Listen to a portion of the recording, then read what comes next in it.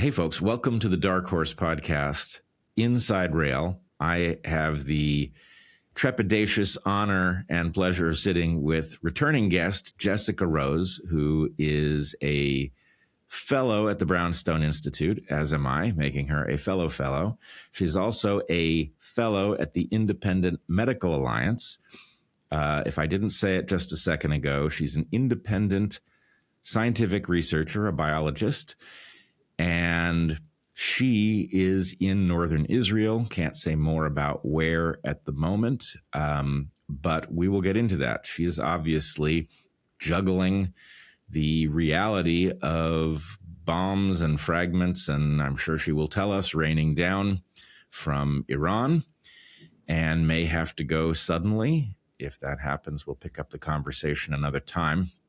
In any case, Jessica, welcome to DarkHorse. Hey, thanks for having me back. It's really nice to see you again. Great to see you. I wish it were under better circumstances.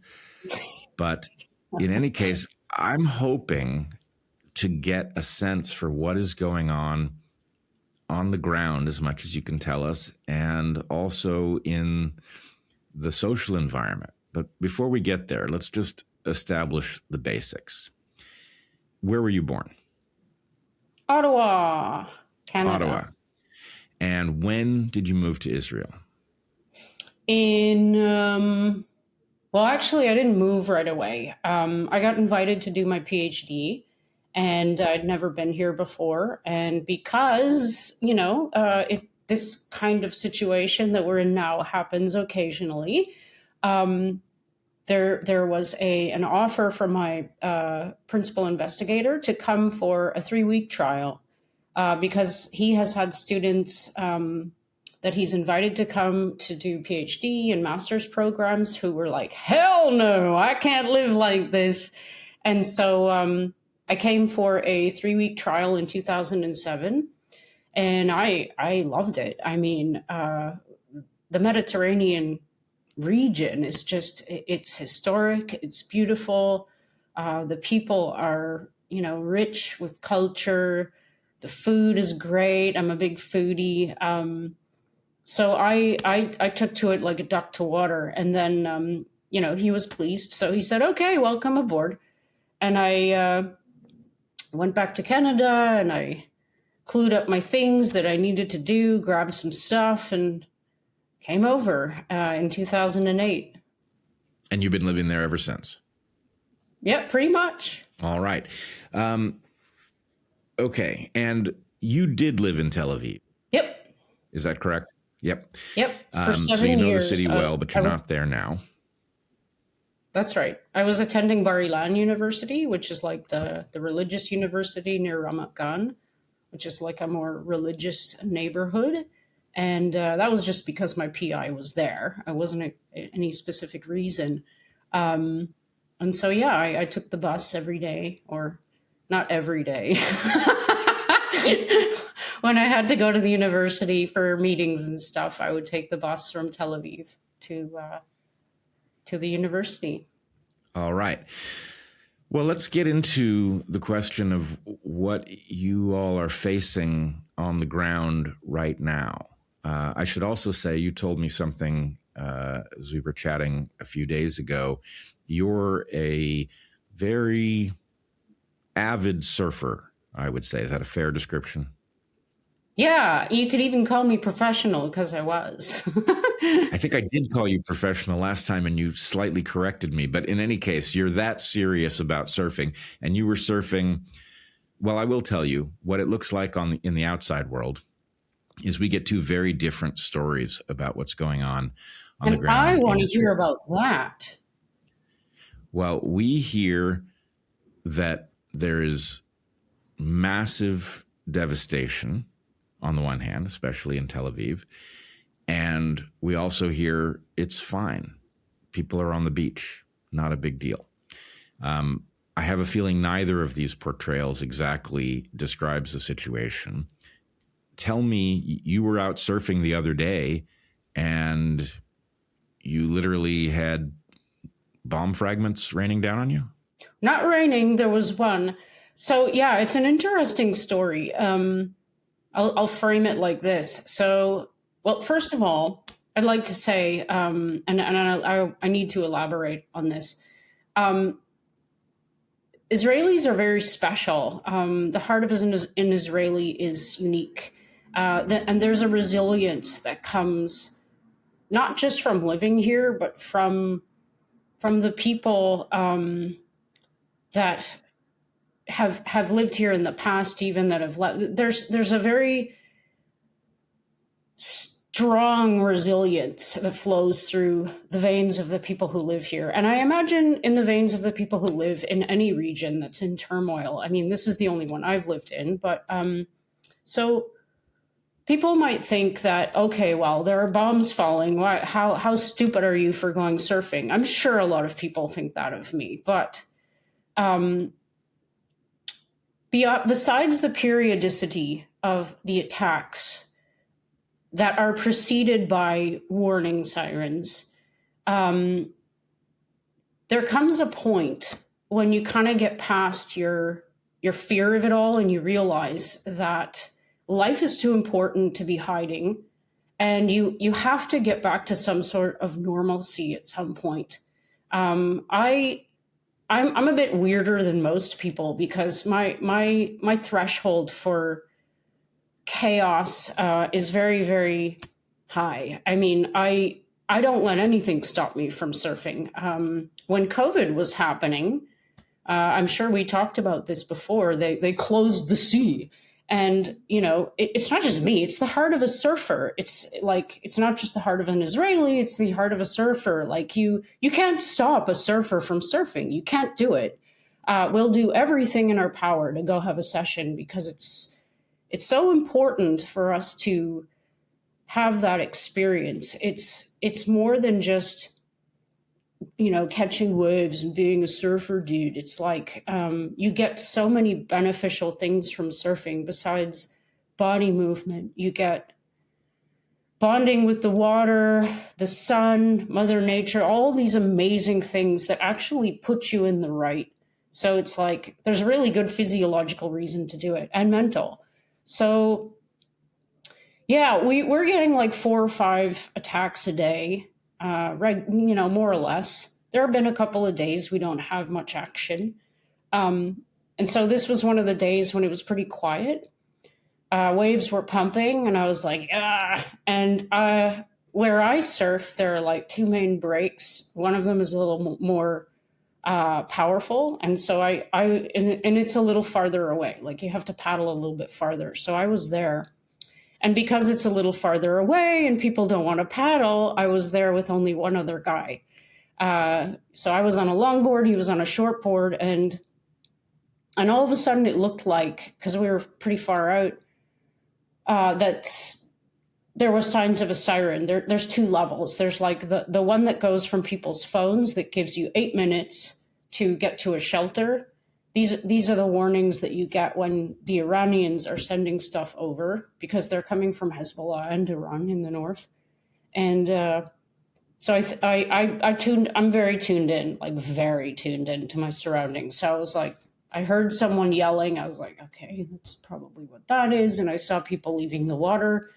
And I turned to this guy and I'm like, is there a siren going off? And he's like, I don't know. So I'm like, yeah, I'm pretty sure we're going to hear a siren soon. So we're waiting there in the water. And sure enough, sirens go off. And I'm like, there's nothing to do because even if I paddle as hard as I can and catch a wave, I'm not going to get out in time to get to a shelter. And a lot of us are of the opinion that it's actually safer to be in the water, even if there is shrapnel coming down. My take on it before a couple of days ago was that I could just go deep. So the day before, I forgot to mention this part that this happened, and I'll finish the story. There was a video that was circulating amongst friends because, hold on, there's some.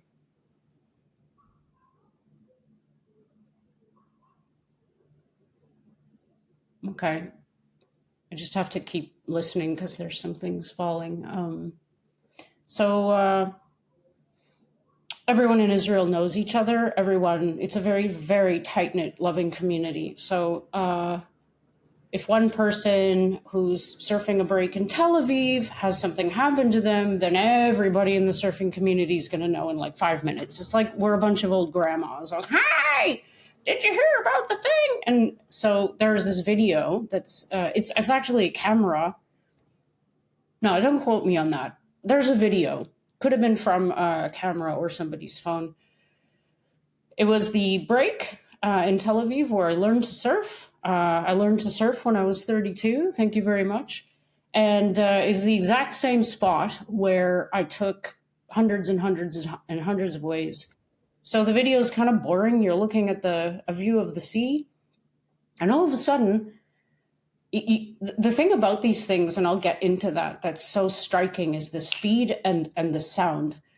And so this thing comes reeling from the sky in just like you don't see something, you just see the effect. So you see this massive plume of water go up into the sky, like 40 feet. And I'm like, what? Because none of us have seen that before, as far as I'm, concerned. I haven't. And I was like, what? I was shocked. Not only because I was so familiar with this, but because it happened. And there were surfers in the water just a few meters away. Nobody got hurt, thank goodness. But there were guys in the water, and probably girls. So it kind of shook me. And this idea that I always have, like, I'll just go deep and I'm safer in the water, kind of moved a little bit. And so my brain kind of flicked on in a new way. The very next day is this story that I'm telling you now. So I was out there and, there was a wave coming. So, I'm paddling for my wave, pop up, start surfing, walking to the nose. Sirens go off. So I'm surfing while the sirens are going off. It's kind of surreal. And I'm like, please don't let anything hit me, while I'm riding a wave. And I finish my wave. I turn around, start paddling back, look up to the right. The same thing in the video. And this plume of water goes up in the air. Like, it was even higher than the one that I saw in the video. It was like 50 feet. So it must have been a huge chunk. These are huge, like bigger than I can show you with my hands, chunks of pieces of either the interceptor missile or the ones that were being sent over from having exploded coming down into the water. Or it could be these ones that split off and send off multiple smaller bombs. These are really insidious, and they're very hard to get with interception. So that's why you have to be really careful with just having cover over your head. So I don't know what it was, but it caused quite the splash. And I looked over to the guy because he was pretty close to me because I'd been paddling up, and I was like, "Did you see that?" And he's like, "Yep."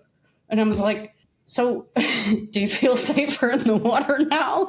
And he's like, "What can we do?" And that kind of summarizes it. It's like, what can we do? And the what can we do is to try and stay alive and be smart. So, yeah, that was my personal experience the other day. I'm not going to stop surfing, by the way. Yeah, it sounds like this is exactly what the motorcycle riders mean when they say ride or die.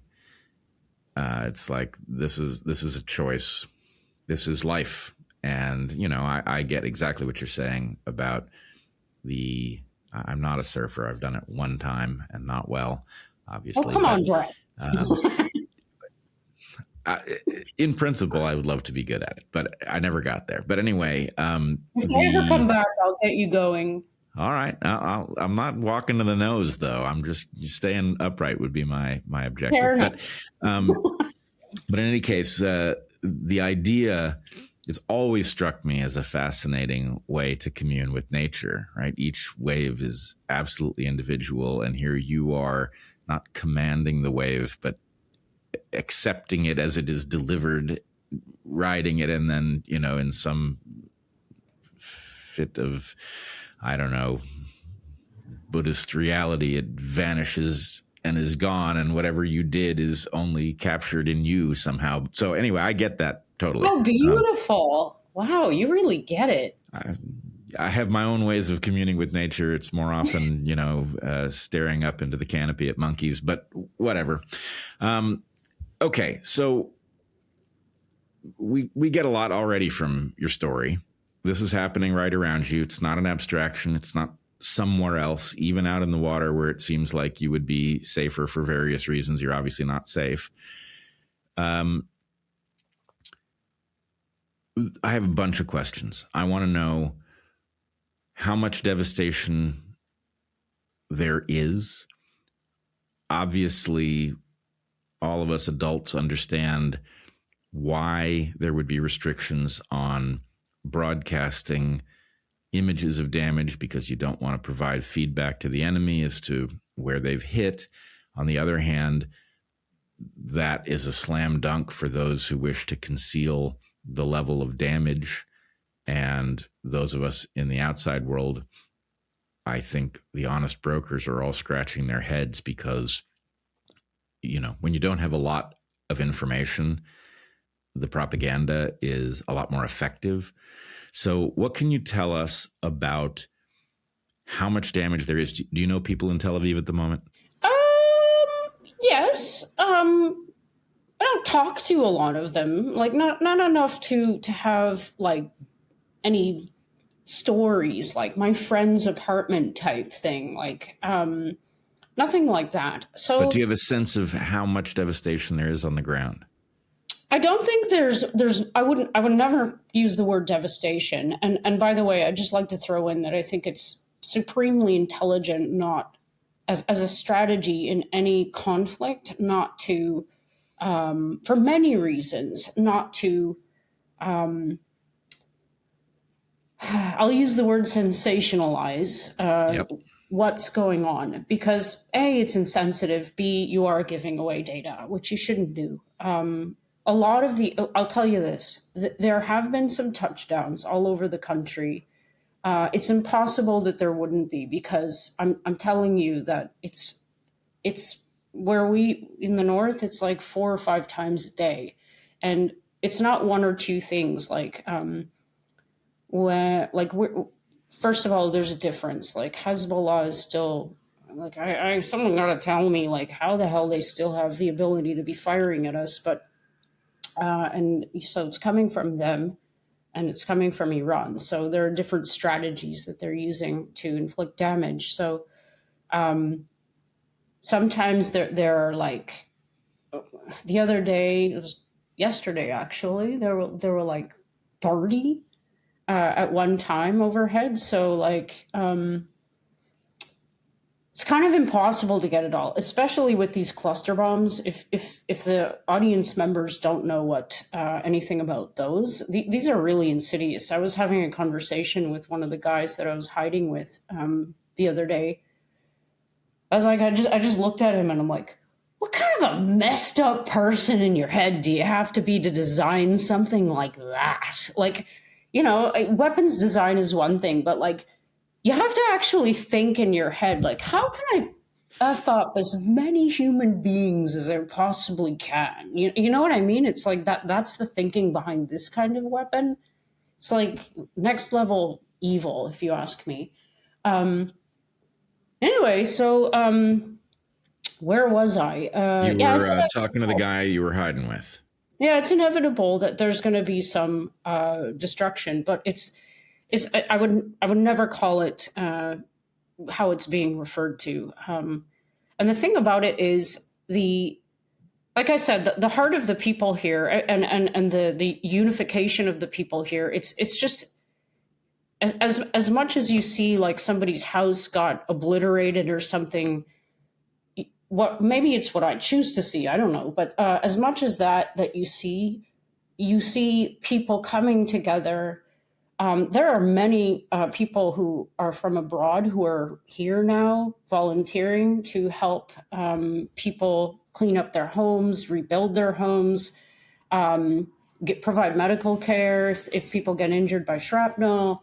So you see, I mean, I don't want to say it's great, but there's this positive side in all things, if you ask me. And so with as much, destruction as there might be in some of the infrastructure, there is rebuilding immediate. There's no hesitation. It's like, and it's not like people are trying to, forget or like, let's get rid of that as soon as possible so nobody can see. It's not like that. It's like, let's restore, let's rebuild immediately so that people can get back to what they were doing, really. And a lot of people, even here, you have conversations, or I talk to my mom about this stuff.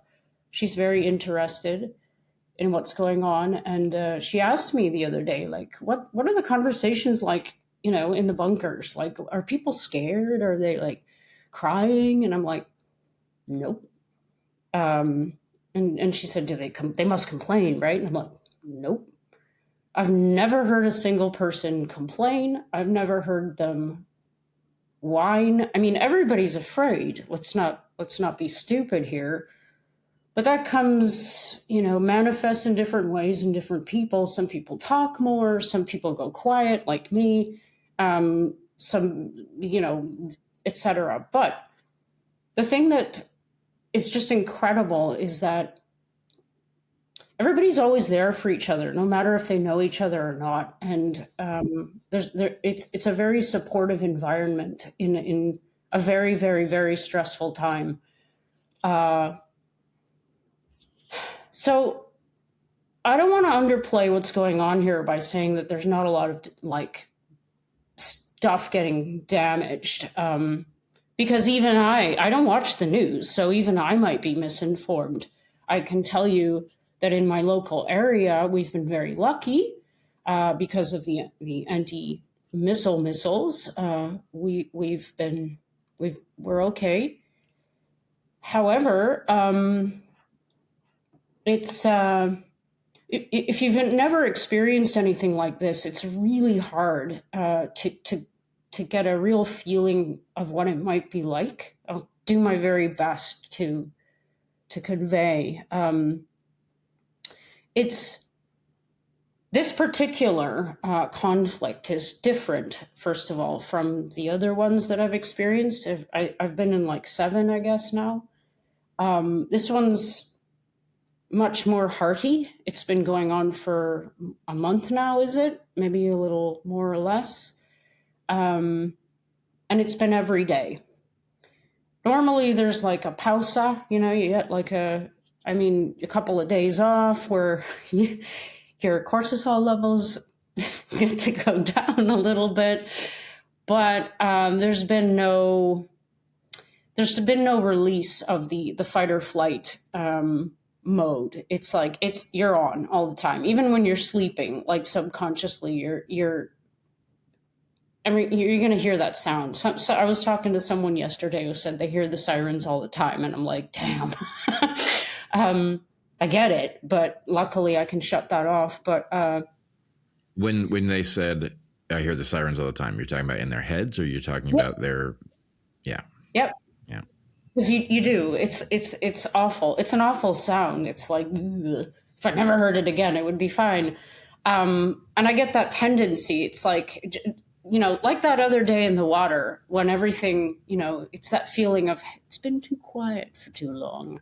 And all of a sudden your memory like sings that stupid siren song in your head. And I'm like, yeah, that's probably just not my memory. That's probably like a signal that it's going to happen soon. And it did. It happened like a few minutes later. So but, I can't resist asking this. Maybe this is the biologist coming out, but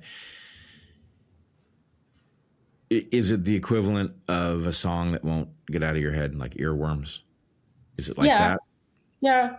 But it's certainly not a song. I described it once as the, I'm going to get this wrong, but I'm going to try, the Glisset Risando. I'm going to look this up because this will give everybody a really nice idea of how awful the sound is. It's not like the the air horns that you hear when there's like a tsunami warning. Yeah, it's called the Glisset Risando, GlissetRissando. So go look that up and listen to it, and then That's you'll the get. actual siren that you hear? No, it just sounds a lot like it. It's Oh, like I a. see. I don't want to do it because then it gets into Yeah. my head. But it's not like the air horns that you hear, which are kind of more, I guess, familiar, especially if you're Hawaiian. Like if there's going to be an earthquake or a tidal wave, it's different from that. And it goes up and then it goes down and then it goes up. And so it's kind of like it's penetrating. I guess that's the best way to say it. But it's also persistent. I mean, like I said, there were a few nights there. My God, it was like every hour. In the dead of night, you get this message from your phone, which is another horrid sound. It's the 8-minute alarm, which is new. So that's wonderful. I think the defense systems here are just like, they're very, very, very good. And if I may say professional, they give you an 8-minute like opportunity to get to a shelter because a lot of people have these like the safe rooms in their buildings if they're new buildings, but there are also a lot of older buildings because there was a lot of construction in the 50s and 60s, I suppose it was. And so a lot of the older buildings don't have these, so they have like outside of the apartment shelters. So a lot of people have to like physically get up, grab their kids or their animals or whatever. In my case, my laptop, and go to a reinforced concrete structure. These are specially built, and so yeah, doing So that. let me Like ask you a couple of things that arise as a result of this. You talk about messages that you get on your phone from the National Defense Service, presumably IDF. I don't know who it is, but early on in this conflict, we saw a report out here in the world. I assume you saw it too. I want you to tell me what happened and how it was interpreted. But did the Iranians send a message to all the cell phones in Israel, or was that a false report? Oh, I remember something like that. I can't comment because I have no idea. You didn't get it. No, I didn't get it. I remember hearing about it and thinking that it was like something I didn't have to pay attention to because it didn't apply to me because I didn't get it. So, yeah. Got it. And you didn't hear about it from other people who got it. I didn't hear anyone who got it, so I don't know. That's I can't very really interesting. comment. All right. Can you give me a sense out here in the outside world, at least in the US, and I assume everywhere else in the West, it is very hard to approach the issue of the war without setting off tripwires, social tripwires everywhere. It's like COVID, it's like BLM, where my experience at least has been, if you are not on board with the exact view of the world on one of the two sides, you are viewed as the enemy of both. And so it's a good way. Divide and conquer. It works. Yeah, it's very powerful. I get the sense that whatever is going on inside Israel is different, and that perspectives that are very difficult to express out here are more easily expressed. That the idea that there are opposing camps inside of Israel that have different views of the war, even if I assume almost everybody is strongly on board with winning the war because you have a lot at stake. But are you hearing a diversity of opinion about whether this was foolhardy or necessary? Are you hearing both of those things? I'm the wrong person to ask because I'm a bit of a loner, to be honest with you. Don't really talk to many people about what's going on. Like I literally, and actually, that's kind of who I am. I try to. I learned from COVID, like, to stay away from certain subject matters because, like, I'm a real loner when it comes to that subject matter here. Like, nobody really knows what I do here. Like, if they know Jess, like, from the neighborhood or surf community, they don't really know that I'm this, like, really outspoken, nucleoside modified LNP shot, like, anti advocate. So, like, You're talking about mRNA vaccines. yeah.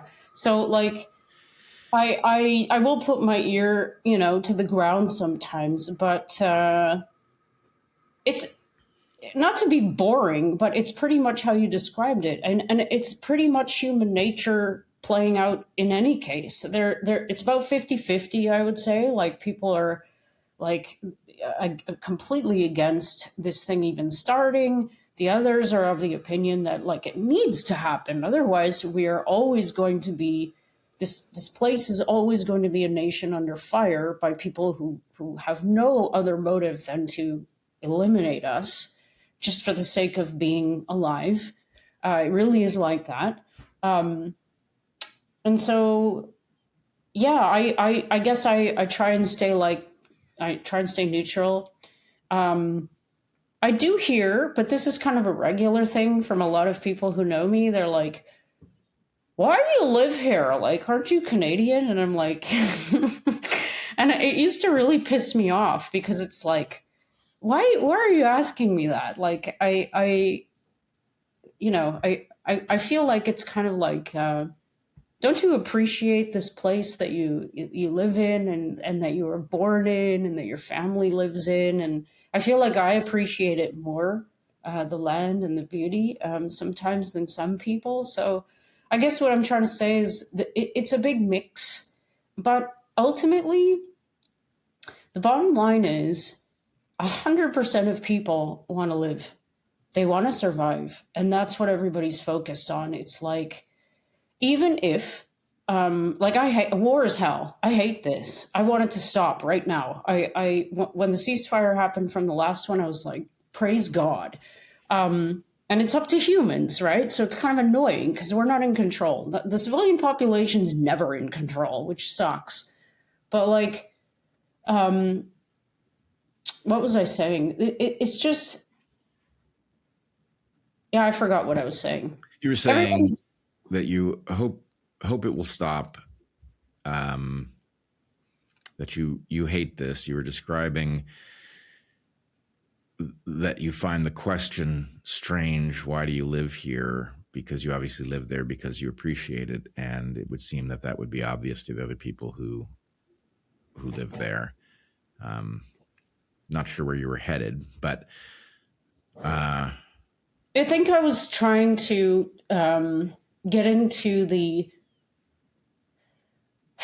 global head of the necessity for this, which is something that some people absolutely believe. Like, it's necessary that certain things are done in order for a nation, any nation. We don't have to use the word Israel. Any nation under constant attack from terrorists to not be under constant attack from terrorists for whatever reason. And there's really only one way to do that, and you have to remove the source of the attacks. And if it's a terrorist group, which Hamas and Hezbollah are, according to just about every country in the world, are classified officially as terrorist groups, then seems like, if you're a living, breathing, loving human being, that you probably shouldn't have a problem with somebody, taking the reins to do that.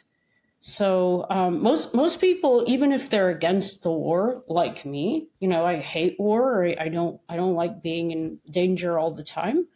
Um, get, from a bigger point of view, why it's important and maybe even necessary to do this. I mean, um, yeah, it's such difficult subject matter. It seems to be the nature of man to fight, which really bothers me. I don't mean man as in males. I mean man as Yeah. in humans. And Well, and it the seems to me that there are several questions that have to be teased apart there. There's a question of whether it needed to be done from Israel's perspective.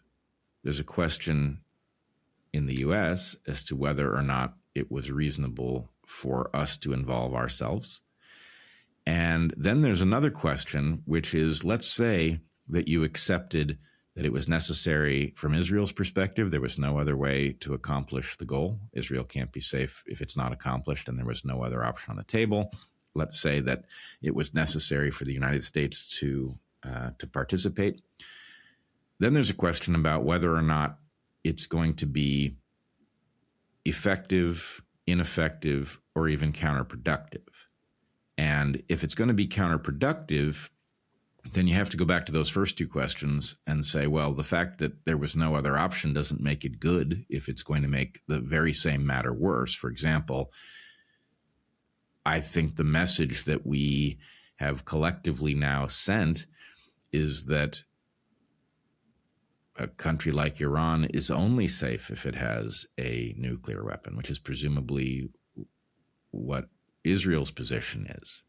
So yeah, from the point of view of we can't have a nuclear Iran, well, did we just increase the likelihood of a nuclear Iran because now they know that they will be attacked up until the point they have one? yeah, yeah. I saw can't remember what it was. It was some kind of documentary, or I don't know, it was some kind of conversation about this. I don't know anything about geopolitics. I just kind of look from the sidelines. But the conclusion was that um, it's kind of gross to say, but any nation that is like that has nukes is safe. Like in the eyes of the other like big nations, North Korea is a good example. And so, yeah, it's a good question, man. I'd actually like to flip and ask you, because you're an American, what you think the answer to the question about whether or not it was. Well, I mean, we can't really ask was it a good idea, because like the thing about this is that it's completely unpredictable, the situation. That's the part that really pisses me off when people. That part, however, was predictable. And that's one of the things that is a key component in answering your question is I think, there was a PowerPoint presentation in which the logic behind this was described. It has not been shared with us. One of the conspicuous features of this conflict is that it has not yet been articulated to us Americans why we did this. And on the one What hand, are people saying? Like the people that you hear talking, like what do they well, think? um, there is a large contingent that believes this was not by any stretch in America's interest and that we were forced into it or the president was propagandized or coerced into it. And then there is another large contingent that, if I'm to give their position its due, their position is there simply was no other option. This had to happen, and it is a reality of the situation that a price needed to be paid in order to stave off a much larger delayed price. Now, I will cards on the table. Having not heard a rational explanation for what we are doing, having been correct about the Iraq War and the quagmire that emerged there, understanding something about the complexity of fighting a war in Iran, seeing the naivete of our leadership in thinking that attacking Iran was going to result in the Iranian people overthrowing their regime rather than circling the wagons around them. I'm spooked. I'm spooked that the people in charge do not know what they're doing. I'm also spooked that there is a larger, privately understood objective, which is to destabilize. That's the part that really bugs me. One question before I say more words. Do you ever talk to Trump? Do you have access to his ear? I have never spoken to him, so I don't. Yeah, I'd love to hear what he's thinking. I'm sure a lot of people would like to be on the fly on the wall in the conversations he has, but yeah, that's Well, the part. I will say I am spooked by what he puts out publicly, because Does he put his stuff out publicly though, or is it somebody else? Like that's always the question I have. Like, did he actually say that, or somebody else who also has a stuck caps lock key, maybe. But my sense is that, just, observing the man from afar, my sense is that he views his ability to directly put things into the public as a key arrow in his quiver, and that he would be very reluctant to give that up, especially since he has a constant problem with the danger of betrayal. So my guess is it is actually him tweeting. And the problem that I see, having no good access to information about what's actually going on the ground in Iran, in Israel, or frankly anywhere else, his public pronouncements appear disconnected from reality as far as I can ascertain what reality looks like, which could be one of two things. This president has a comfort with saying untrue things in order to accomplish an objective. And it is possible that we are seeing him strategically deploying things that are not a reflection of reality. That would not be good, but it would at least provide the comfort that the person in charge himself has information that would allow him to navigate somewhat reasonably on our collective behalf. But the alternative is that he is being gamed, that he is being given information which leads him to steer us into greater danger because someone else sees it as in their interest to do that. So I'm in no position to distinguish between these things. I would say one of the reasons that I really wanted to have you on was that some sort of clarity about what's actually going on the ground is a necessary calibration for assessing what is being told to us. And, I don't know where I stand on it, but I'm spooked to hear the commander-in-chief speaking as if we are absolutely clobbering Iran. I have no doubt that there's tremendous damage there. But the question is it damage that actually achieves some intended objective, or is it damage that the Iranians are prepared to endure because they've been preparing for this for decades? Well, of course they are. Right. Sorry.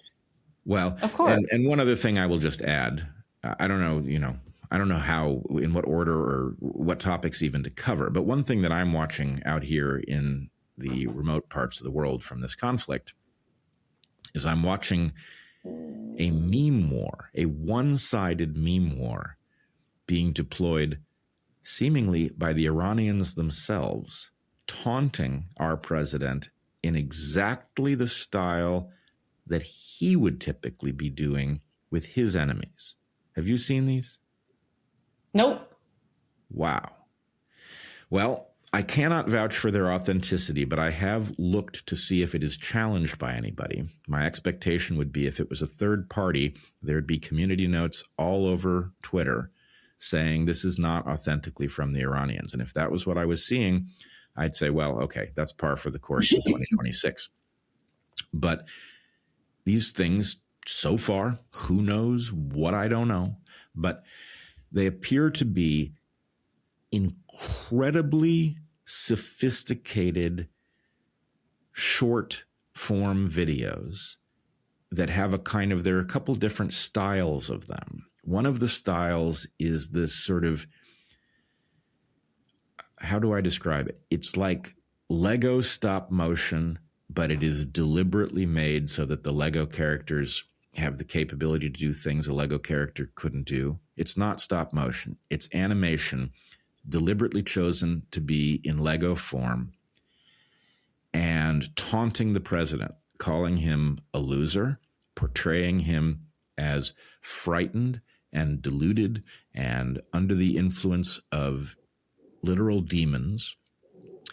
And so that's one sort of thread. And then the other thread is an appeal to the victims of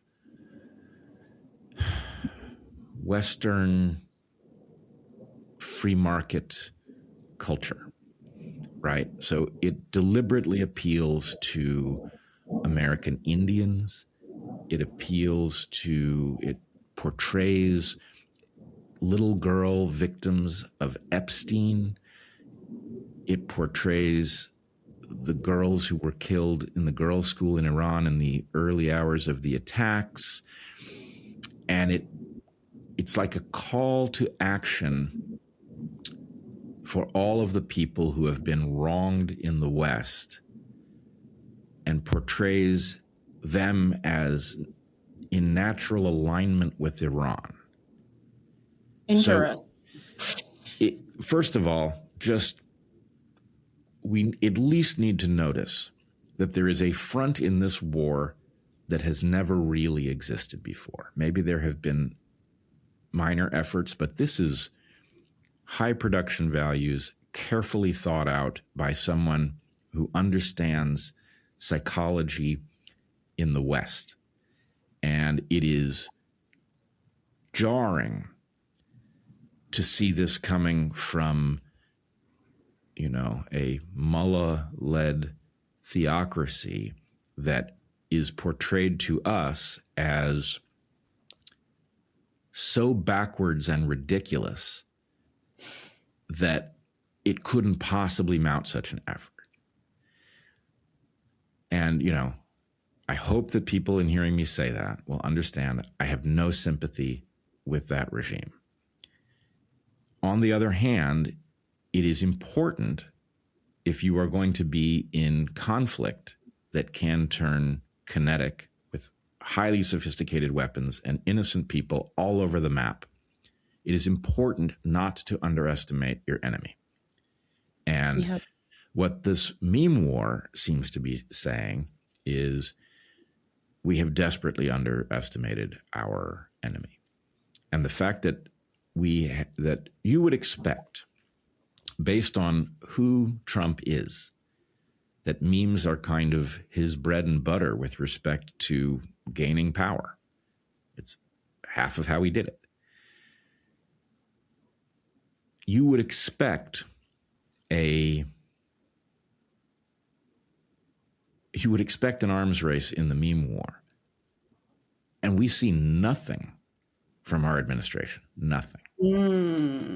And on the one hand, you could say, well, they're trying to be adults. The Iranians are playing to a channel that isn't adult. On the other hand, it's not like propaganda isn't playing a major role in this war. So here you have it always does. There's a novel version of propaganda being deployed, frankly, spreading like wildfire as far as I can tell, because it is interesting and because it's of exactly the genre of the moment, short form video. That's what people are consuming, and it's very hard to look away. Anyway, interesting. You're not seeing any of that. No, I'm gonna go check it out though. Like, I have no idea what you're. Not to sound rude, but I have no idea what you're talking about. It's weird, which I'm glad for. It probably has a lot to do with the fact that I try and have limited screen time, but very interesting. Yeah, I'm gonna check it out. Who do you think is behind it? It sure looks like. I mean, undoubtedly, if it is what it appears to be, and it's being released officially by, I think, the IRGC, then they have employed something somewhere. Either they assembled a team that has a deep toolkit, both technically and in terms of psychology. This is a team that knows something about who it's trying to reach. So either that exists inside of Iran, or they've contracted somebody, which is hard for me to imagine, because wouldn't somebody working for the Iranians in the outside world be setting themselves up as a target? So I don't know. I find the whole thing shocking and fascinating and troubling, if I'm to be honest. Yeah, wow. I'm gonna have to check that out. Yeah, it's really something. So let's use that as a segue to. I can't remember if we were talking about this off or on camera, but like, we both agree that there's something bigger going on in the world right now. Probably has a lot to do with this. Sucks for us though, right? Well, wait. Let's clean that up a little bit. I know what you're saying, because you and I have had a brief conversation. One way to think about the war with Iran is that it is part of some much more massive planned reorganization of power, resources, populations, and I don't feel confident that that's true, but it is impossible to dismiss, in my mind, it is impossible to dismiss the idea that the PowerPoint presentation that explains what we're doing in Iran is much broader than maybe even the Middle East. Sorry, my phone scared me. That's all right. You see how on edge I am? Sorry, I was listening. It's like, Yep. Sorry. Okay, so Yeah. anyway, I've just fleshed out a little bit what I think you were saying. What do you see with respect to whether or not something larger is in play? And that's exactly how you should ask me personally, because I use my eyes, and I'm a person who looks at outcome. I'm also a person who investigates motivation, because oftentimes people's motivation is the driver to the end point. So anyway, it's just interesting after a very short time. I mean, 4 weeks to be pummeled by rockets is a very long time, but it's not a long time overall. And in this short time, what are we seeing now? Let me ask you. This is fascinating. I'm so glad we're doing this, because you might not be seeing what I'm seeing, and we just I'm sure. I'm not even seeing what other people who are ostensibly in the same position I'm in are seeing. Yeah. And I don't know how much of that is individually tailored. I don't know how much of that is happenstance. You mentioned before we began here that, if you click on one video, you get fed a lot of things in the same genre. So who knows how much we're doing we're doing the work of the algorithms to ourselves by triggering them to feed us particular kinds of propaganda. I'm proud of coining the term the fog machine of war. This is not simple fog of war. This is intentional derangement for some purpose, which could be mundane economic purposes at the platforms. It could be some cabal at a higher level that doesn't fly any particular national flag. It could be anything in between. But at the very least, we individuals looking into a screen, feeling like we are eyewitnesses to history, have to understand that although you may be seeing an event that actually happened, the context of that event, the scale of that event, all of these things are susceptible to manipulation. And so all of us are, like Living in blinded our own drunk movies. staring into our screens. Yeah, totally. And the thing that everybody needs to remember, which is something that I've learned, is that you're only allowed to see what you're allowed to see. I don't believe anything anymore in the age of AI, like in terms of what I'm seeing. I literally, I disbelieve anything until I kind of have a feel or I see it with my eyes.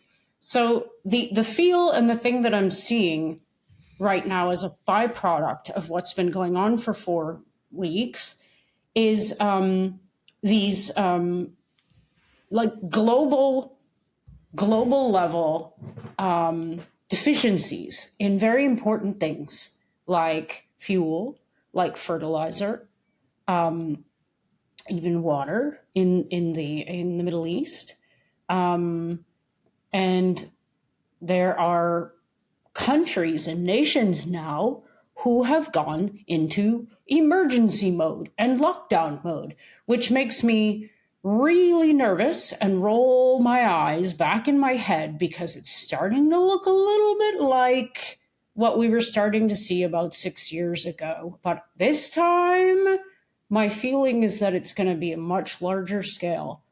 And I don't know if this was, it's just like you said, I don't know if this was the intention. It's pretty damn convenient if it wasn't, because speaking on behalf of the globalists, and I have no idea who they are, so don't anyone ask me. When I say they, I don't know, a bunch of rich assholes. So if there is some kind of coordination that supersedes the horrible story of what's going on here now, it kind of makes sense to me, and that really bugs me. It really bugs me, because just from a local point of view, I'll make this point because it's relevant. A lot of people, you're well aware of this, and human nature is to side with someone or to cast blame or to figure things out. Like we love to figure things out, and we love to say, yeah, this is why, or that's why, or they're to blame. And a lot of people are like, Israel, blah, blah, bad, blame. Why is it always Israel?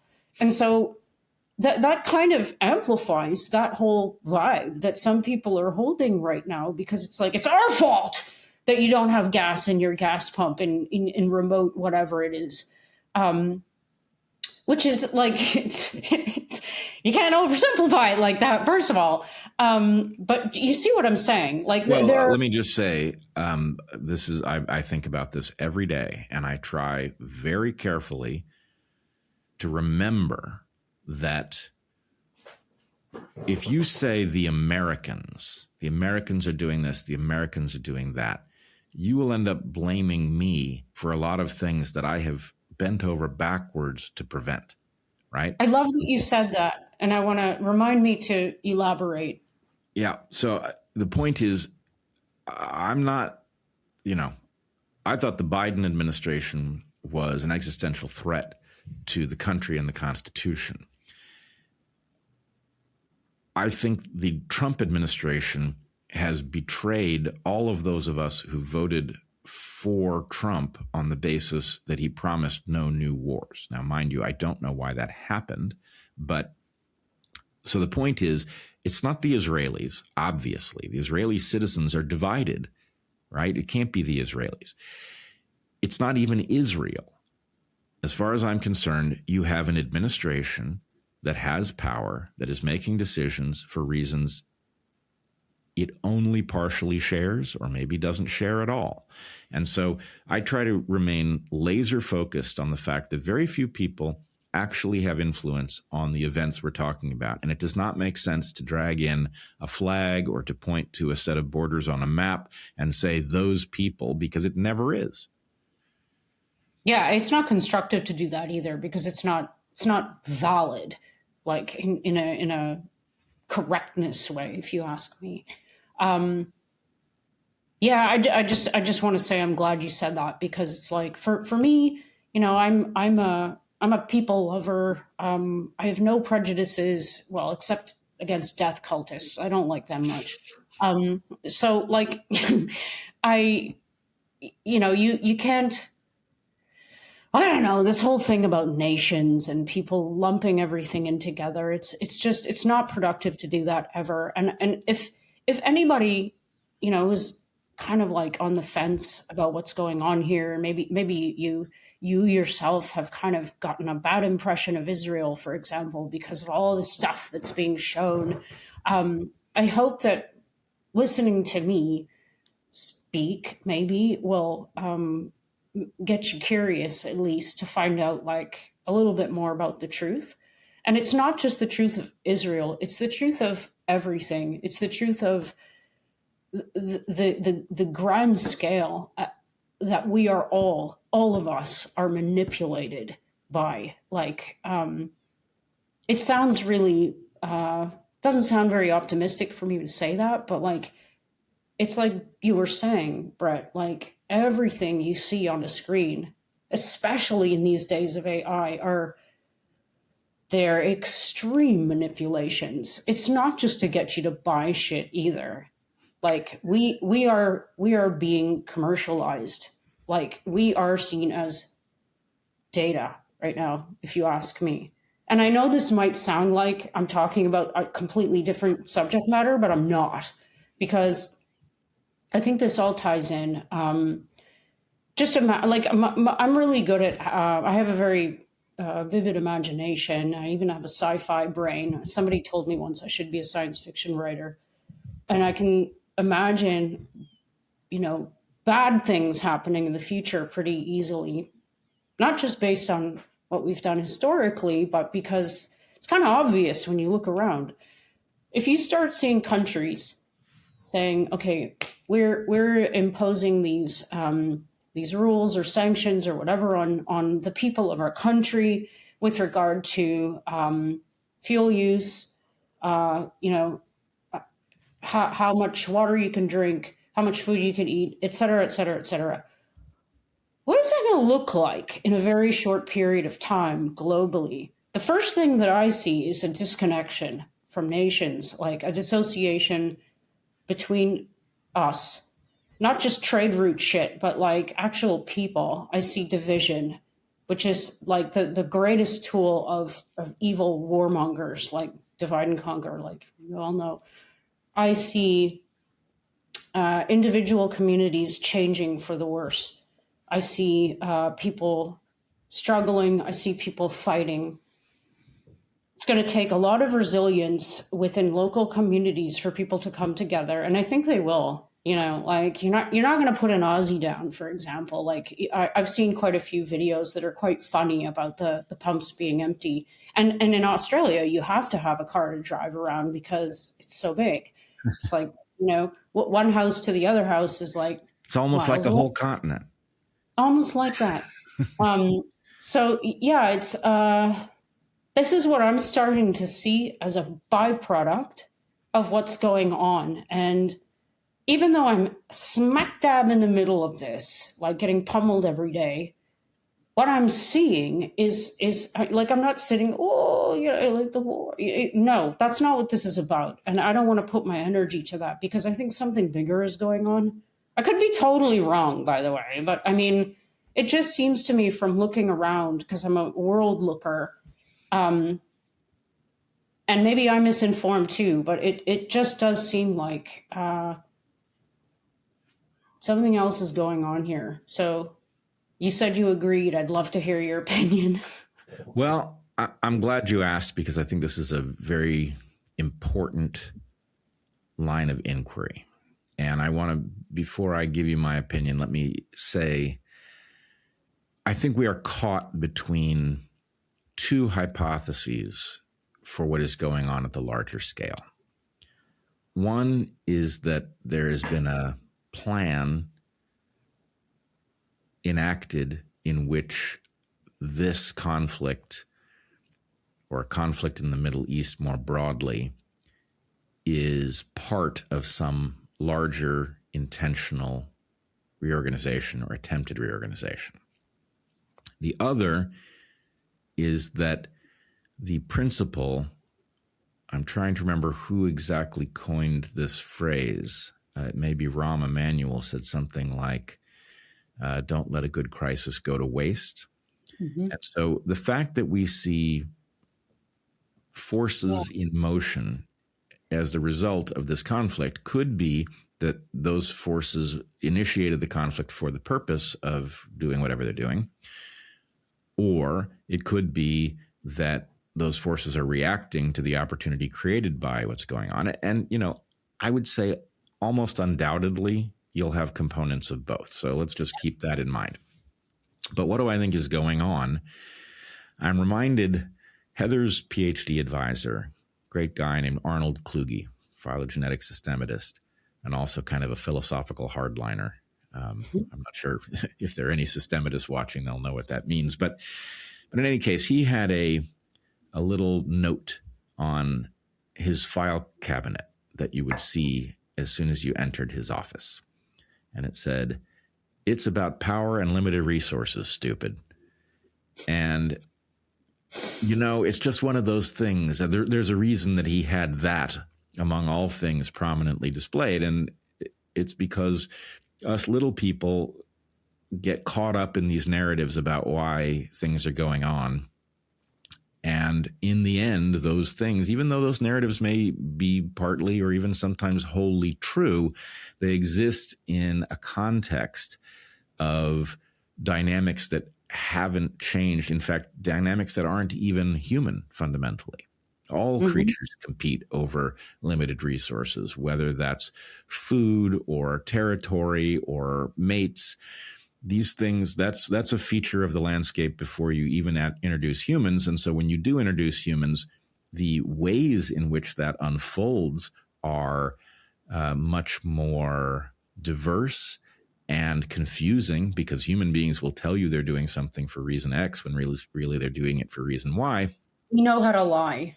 Yeah, I've noticed. But in any case, that's what I think is going on. And, the concern, of course, is anytime we talk about collusion and conspiracy, which I think we have to, because there's an awful lot of collusion and conspiracy. Anybody who thinks otherwise is a fool. But anytime we talk about this, we have to realize that the philosophical rules of analysis and logic do not apply in the same standard way that they would if we were in a laboratory or trying to conduct an experiment in a forest, right? The forest is not trying to mislead you about what it's doing. The beakers on the lab bench are what they are. The deception involved in human events at scale is so profound that because every crime comes with a cover story or a rationalization, we are constantly having to say the fact that that's the simplest explanation for what we've seen may be deceptive. It may be that if we had seen more evidence, we would have a very different understanding of what the simplest explanation is. So anyway, the punchline there is it is very important and very difficult to be a nuanced and careful conspiracy theorist. You'd be a fool to rule out the possibility of conspiracies, but in seeing conspiracies, it's very easy to talk yourself into the idea that something is there when it's not, because the normal rules of logic do not apply in a simple way. Yep. I would also... There's no question that something like an attempt to topple the regime in Iran redraws the map of resources in a potentially profound way. Obviously, the Strait of Hormuz is sitting right there, and the world immediately has a stake in this conflict. And Yep. the world's preparedness, each of the nations, their differing levels of preparedness for being starved for resources, quickly reorders the map of power. And you would hope that those who had initiated this conflict would have prepared for it in that way. But I'm not so sure. I don't see a lot of wisdom in the political landscape. I see a lot of game theory causing us to behave in ways that are very unwise. And so I don't know how well prepared we are for this conflict. And frankly,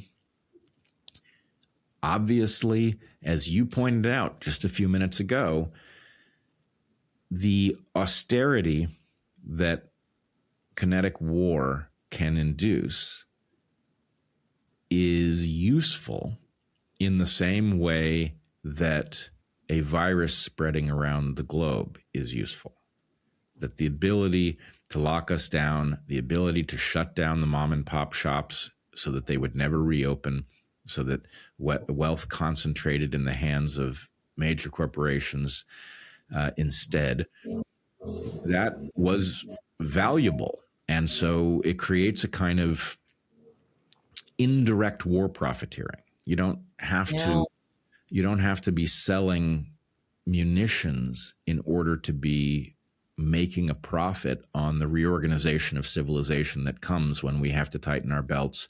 And, obviously, it is not lost on me. Your connection between the COVID lockdowns, which were unnecessary and Devastating and exacerbating of exactly the phenomenon they were nominally supposed to address. That the same people who liked the idea of locking the public down may well see the inability of people to travel because there's not enough jet fuel, there's not enough gasoline. That's a feature, not a bug to some people. And I think we need to understand who they are and what role they may or may not have played in pushing us in this direction. Mm-hmm. Yep. It's becoming clearer to me by the moment. I'm already seeing, headlines about jet fuel. However, I want to repeat that I don't believe anything I see. I need multiple sources of evidence from like all sides of the dice. Anyway, I feel that there's way too much hubris. That's another like parallel between what was and what is. It's the same. It's the same machine, nonetheless, if not the same people instigating these conflicts. I mean, this is ultimately. It's kind of sad. It's not kind of sad. It's very sad to me how these resource wars. It's like it's just so beneath us as a species. I find it pathetic. Like we're so much better than this. Are we really still doing this? I mean, that's how I feel about it. I mean, it's the difference between where we could be as a civilization, although, some people would argue we're not one yet. What is that scale that starts with K? Anyway, Elon Musk is always talking about it. The civilization scale, yeah, I've forgotten what it's called. Like Karpovsky or whatever. Anyway. Sorry, I don't remember. But yeah, it's we're so far from where we could be, and it's very important that people tap into the reality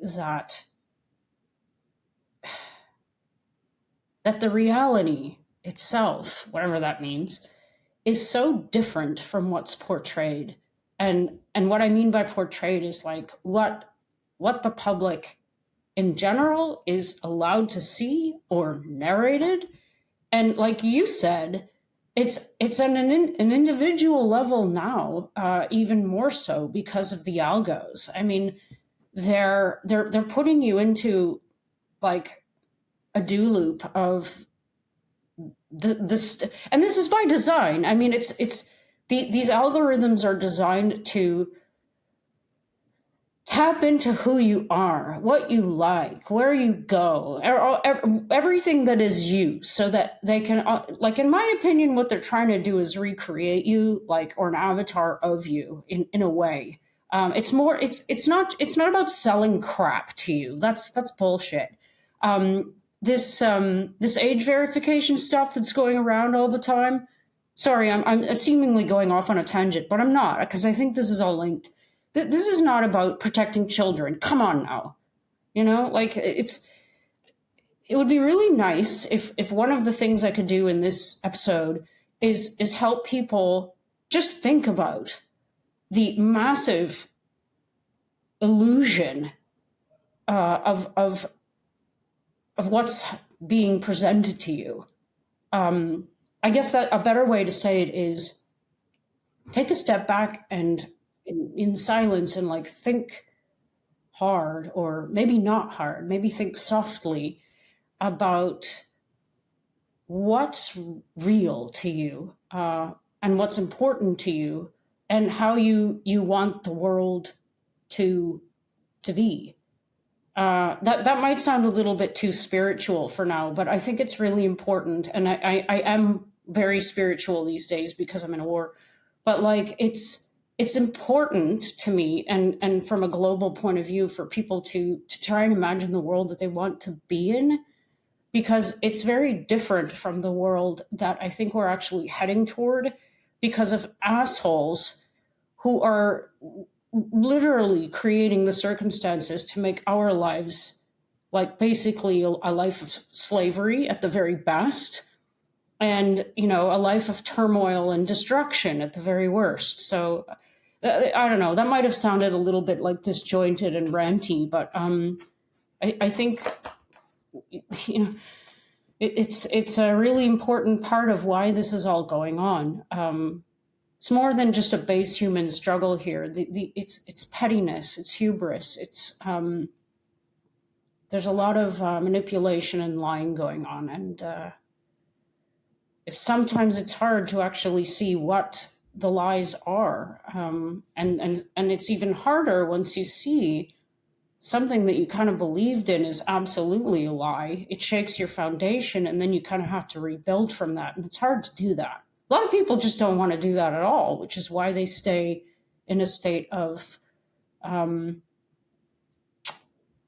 don't know, in a state beholden to ignorance. I don't know how else to say it. Like, going back to the COVID thing. I mean, some people still have no idea that there's even a problem with the entire thing.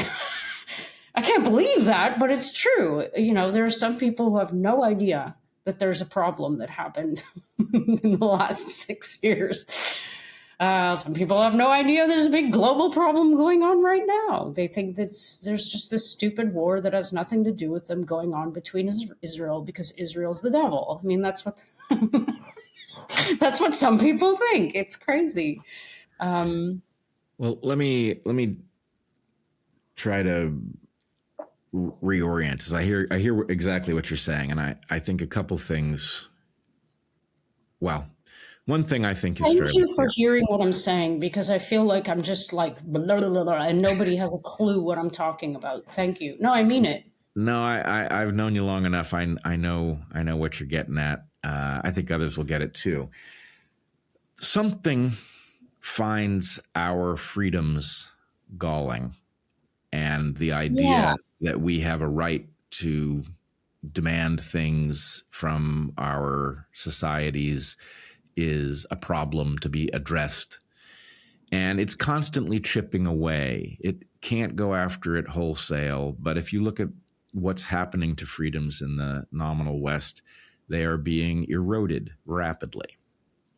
And I can't help but feel that, we've all heard of 15-minute cities, and at some level, maybe we headed that off because it had a name, and we all wrapped our mind around what it really meant. And so it's now going to be kind of hard to do because a lot of us are alert.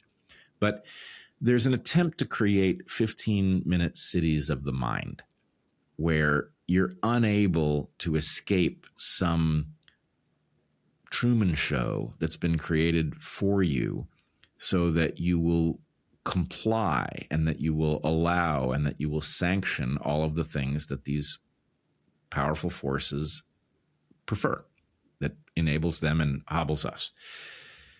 And in that light, my position since October 7th, or at least my stated position since then and my fear before October 7th, was that much rests on what happens in the Middle East. And that the dynamic, as I see it, is this. Israel is two places. Now, mind you, I have never been to Israel. I would love to go. At the moment, I would be afraid to go because I don't trust the people in charge of Israel. I think they have the right to eliminate anybody who has a contrary position and an audience. But hopefully I'm imagining that. But in any case, I see Israel. Say again? I think you'd be welcomed. I think I'd be welcomed by people. But anyway, let's put my paranoia aside. Okay. The Israel looks like a forward-looking, high-tech, cosmopolitan nation. And it also looks like a civilization with a deep and very direct connection to the Torah. And the problem is that the Torah is a document that was written or that came to be in an era where the rules that governed human population interactions were the rules of lineage against lineage violence, where you displace other people so that they will not displace you. That was what history looked like until very recently. It was really the only option. It was an extension of the biological reality that populations of creatures displace each other, populations of people displace each other. What emerged very late in human history, in the very recent chapter, is the modern West, in which we behave more or less as you were suggesting we ought to behave, or at least we aspire to it, where we don't look at somebody as defined by their population of origin or their religion, but we collaborate with each other because it's productive to do so, and we treat those other things as cultural variation that is interesting but not materially important in our interactions with each other. It's a very productive system. It is as fair as any system that has ever been devised. It is much fairer than communism, which aspires to promote fairness above all other things and results in a gray, unproductive dystopia for totally understandable game theoretic reasons. Anyway, the point is, I think the world does know what we are supposed to be doing. I think we haven't seen the West function the way it's supposed to. It falls down on its obligations frequently and behaves in ways that are exactly counter to the values that we espouse, but it also succeeds regularly enough that we know that it works. What we have is a prototype of the West, and we know that the right thing to do is to refine that prototype and make it work as the brochure describes it. But that because Israel is caught between its modern cosmopolitan Western side and its religious Old Testament side, that much hangs in the balance. In other words, what I've said since October 7th very publicly is that we are in danger, the whole world, of being dragged backwards into lineage against lineage violence rather than pulling those who are still engaged in lineage against lineage violence into this modern, superior, fairer, more productive way of existing as human beings, where we don't we don't get rid of competition. That's the beauty of our system, is that the competition is not kinetic and it is not targeted at displacing people. It's about ideas. Can I figure out what the opportunities are in the market, and can I bring them into reality? And yes, if I do it well, then some other competitor will lose for having done it more poorly. But that makes us all wealthier when we do that. So anyway, basic point is, I'm concerned that we are actually watching the nightmare that I described unfold, where the world is being dragged backwards into lineage against lineage violence in the Middle East, with Israel leaning into its Torah-based structure, even though it is under the direction of secularists. Now, I wonder, does that resonate? Does it even make sense for you? Yeah, I totally get what you're saying. Resonate. I don't know.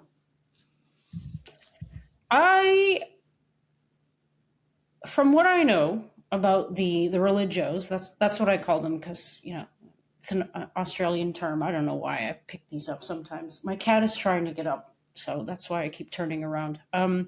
You are welcome to bring your cat onto the podcast. Okay. Well, look, Bret invited you, so come on. Hello? Okay, so here he is, Mr. who ripped my hand open this morning when I was trying to help him get out of the blanket he was trapped in. Okay, yeah. So I don't the religios are the religios, and they're kind of, they keep to themselves and they have their thing. I don't know much about them. So can you be a little more specific? Are you talking about all? You're surely not talking about all religious people in Israel. No. Like the Hasidim, I think I would call them, like the Orthodox. Yeah, the Orthodox people. Okay. So yeah, they're a lot of people might disagree with me on this, but I think structurally, in terms of Israel as a place with like a huge diversity of cultures and religions, etc., they actually play a really vital role. Even if people don't want to admit it or they don't understand why, they actually do. And I don't understand the dynamics of it. All I know is that seems to be apparent to me, because I've actually thought about what it would be like if they didn't comprise a large proportion and of the community, and they do have a very distinct way of life. Like they don't use. I know this is going to sound funny, but I'm making an important point. They don't use smartphones. Their children. They have many children, and their children all have to they have to learn a musical instrument. They have to learn 3 languages, et cetera, et cetera. So there are a lot of things that come. I have a very minimal knowledge of this. I'm saying this outright of their culture because I'm not a part of it, but there are so many things that I can see from the outside that are they're really awesome, for lack of a better way of saying it. It's one of the best things I think Western culture could do right now is get rid of all the bloody devices, especially in the context of raising children, because they're messing everyone up. Sorry, but it's true. So anyway, I think that they make up a very important part of the entirety of the people of Israel. I'm not sure what proportion. There's about 9 million people here, but anyway, as per, you're talking more about going back to tribal type ways, right? That's what you were implying about lineages. Yes, I mean, if you just think about the way history worked, the idea of obviously it is evolutionarily effective to destroy another population and replace them. So this displacement game is ancient, and it's the default game. Mm-hmm. And it is a significant fact of history that that's not the only game. If it was the only game, then the rest of this is academic.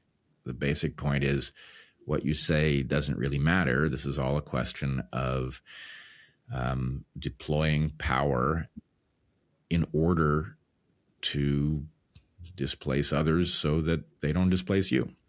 And the alternative version of how to live works well, but I'm afraid that it is fragile and that we collapse backward into that more ancient form of being. And mind you, I'm not taking anyone to task for their religious beliefs.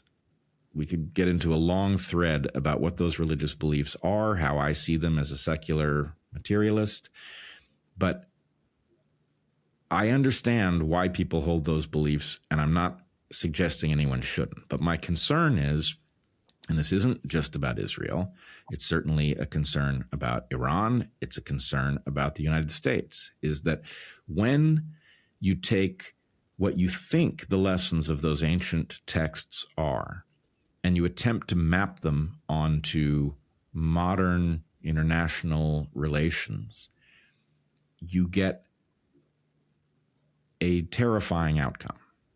So, in the US, we have evangelicals who have a particular interpretation of the New Testament. That interpretation has led many to see the conflict in the Middle East as a key to getting to the end state where Jesus returns and the dead are The return of the Messiah thing. Okay, yeah. right. I see. So my Yeah. point is, look, I'm not telling you you're not fully entitled to that belief. Of course you are. But I am telling you, I don't think there is a moral justification for attempting to adjust policy so that it brings about a terrible outcome because you think that terrible outcome is actually good, right? That can't be policy. So the confusing thing in Israel, as I see it, is I take Netanyahu to be secular, and I take his faction to be primarily secular. But they appear to be behaving in a recognizable mode from a time when secular wasn't even a thing. Interesting. Can you elaborate?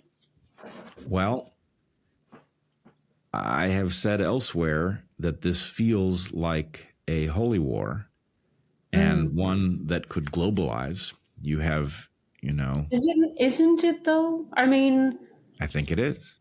like So shouldn't that, if that is not a mirage, if this is somehow a holy war that is de facto between the Judeo-Christian world and the Muslim world, every so you're single going person, specific. Okay. that's what I'm concerned about. And, okay, you can say, Bret, you're a crazy person. You're seeing things that aren't real. This is really just It's about a valid point. And it could be exactly what's going down. I don't know. right. So if it is, then everyone on earth should be saying, holy moly, what just happened? We cannot afford to have the world's two largest religions battling in literal terms in a kinetic sense on planet Earth. The planet, it's not big enough. It can't endure that. And what we risk here is losing the one alternative to that style of interaction that actually works, which is the West. So, maybe I'm naive, but I think the West, and again, it's a prototype. I'm not claiming that it lives up to its values even most of the time, but it does some of the time. I think the West needed to help the Middle East It needed to pull Israel across the line into its one of two ways of thinking, and it needed to help the rest of the Middle East see, A, that this is a better way of being, and B, that it doesn't, I mean, one of the things that would have to be true for that to work is the West would have to clean up its act with respect to the carnage created by unfettered free market democracy or whatever it is that goes under that cloak, right? Because we do a tremendous amount of damage to innocent people, right? We allow corporations to parasitize our children. That's Yep. inhumane, and it makes it much harder to make the argument to other people that Yeah, like who are you? Who are you? right.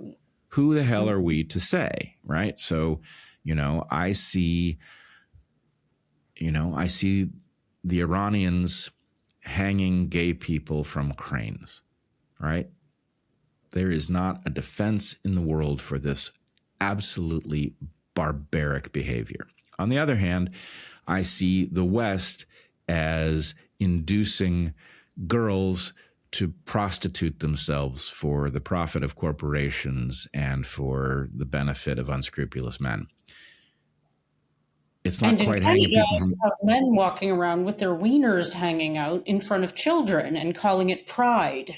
Right. There you go. So the point is, we make a very poor case for the one system that actually has a potential to increase the longevity of the human race, right?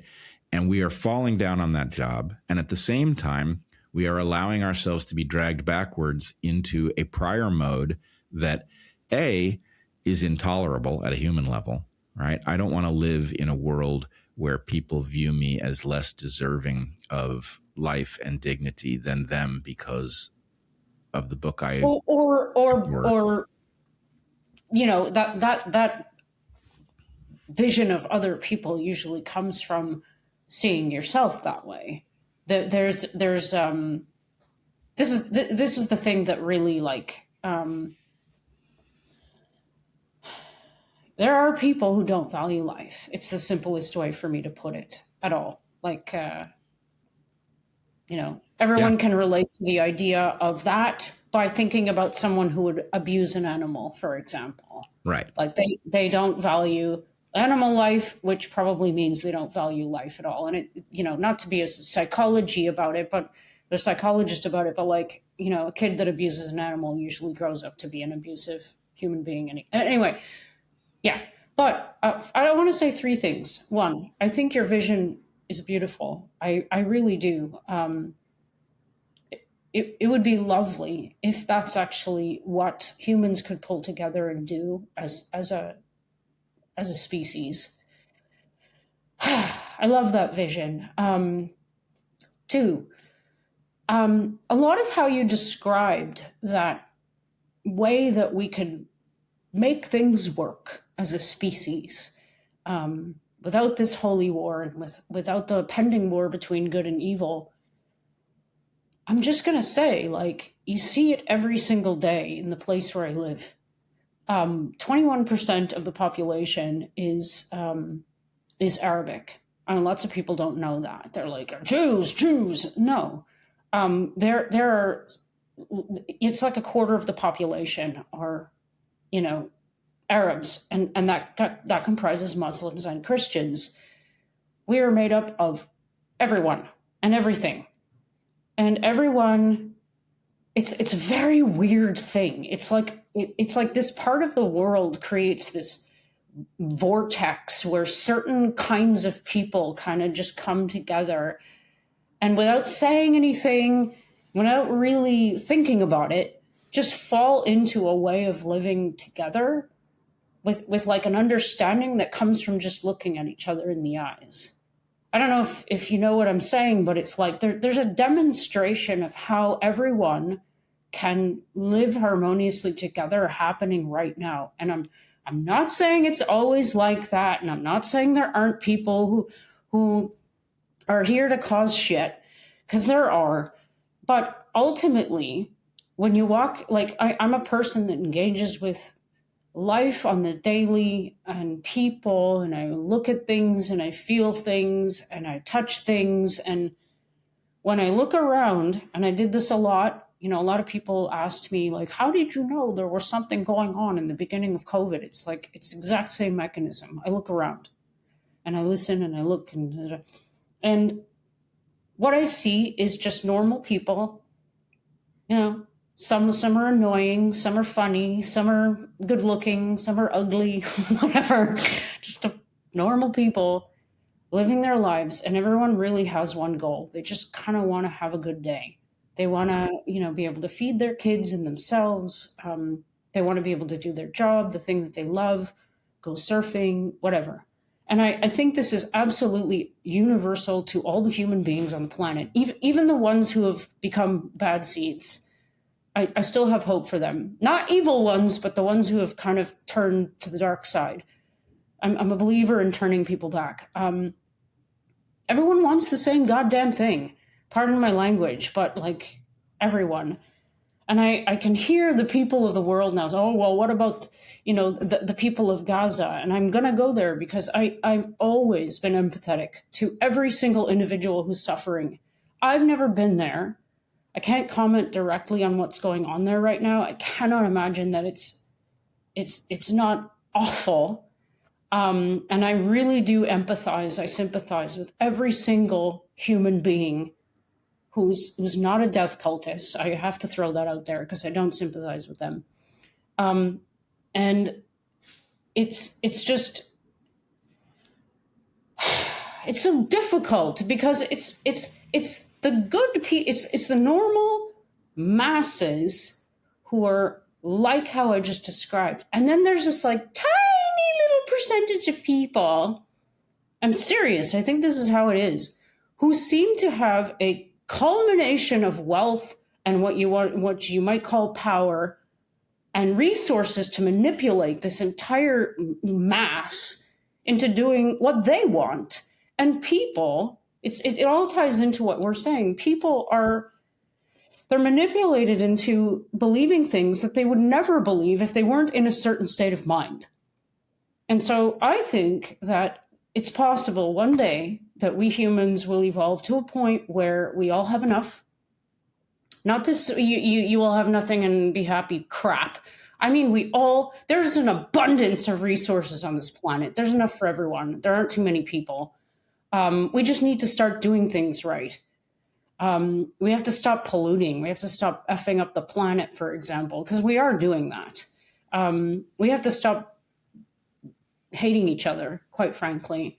Yeah, we have to agree on the basic human dignity of people. Yeah. And I think your point about death cultists is, of course, right. It seems to me that every human being starts out deserving of human dignity. You can lose that if you decide it's your right to obliterate others or if you're taught from birth that it's okay and you should kill as many people as possible based on a religion. Of course. For example. But the basic dignity of people is actually fundamental to the actual Western structure. And I don't know why.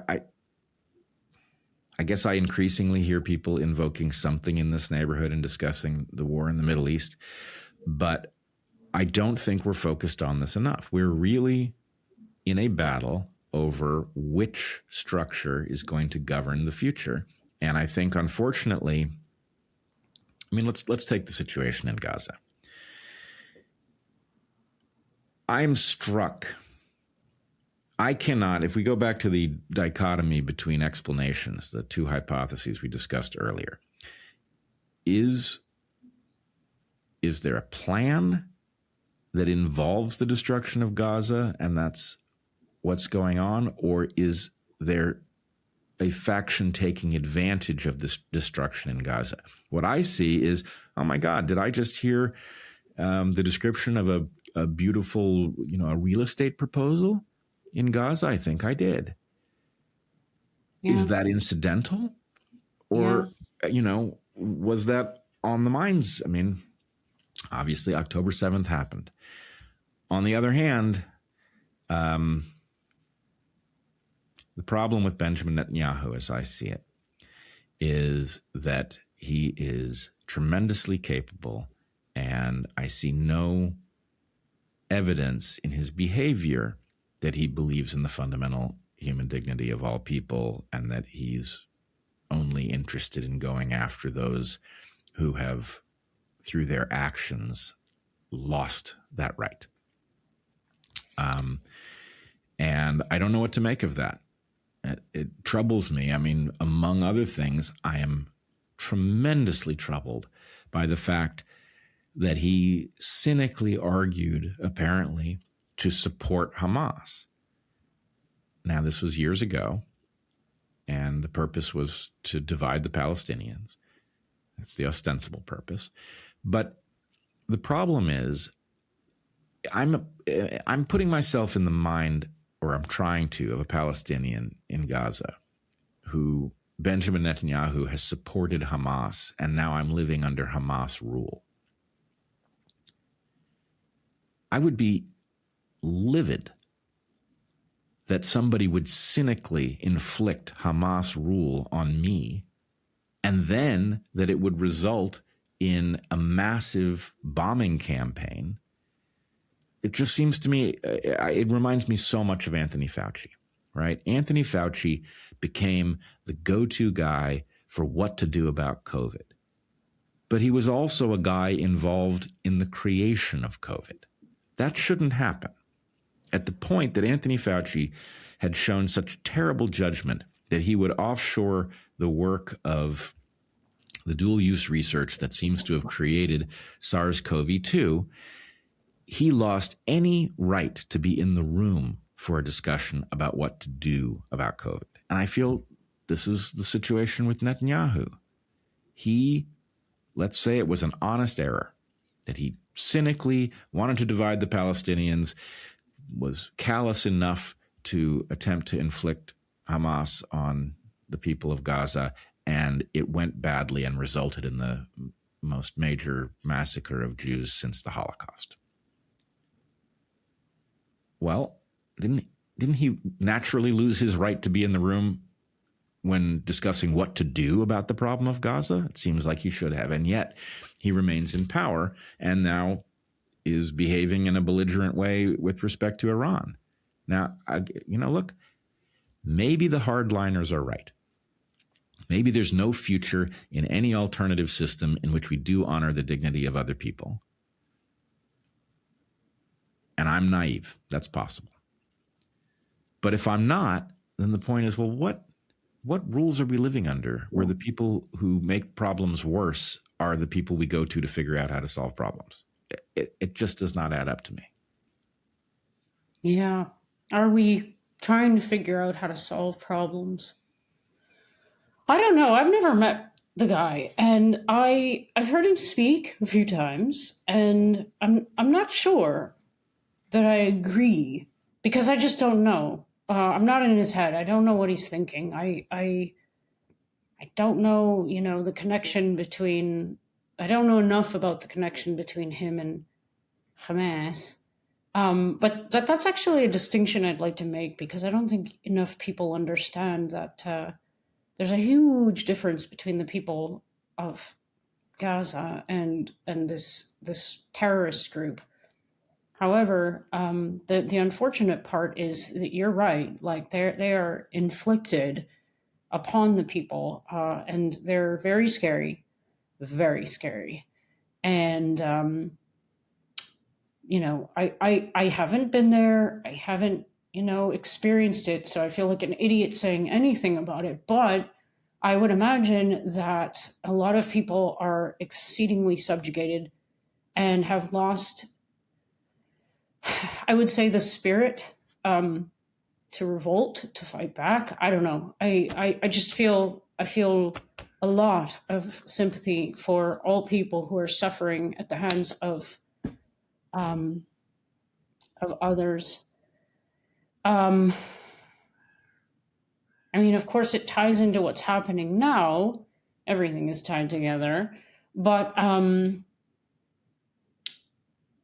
don't know. Like I'm still trying to figure out. Like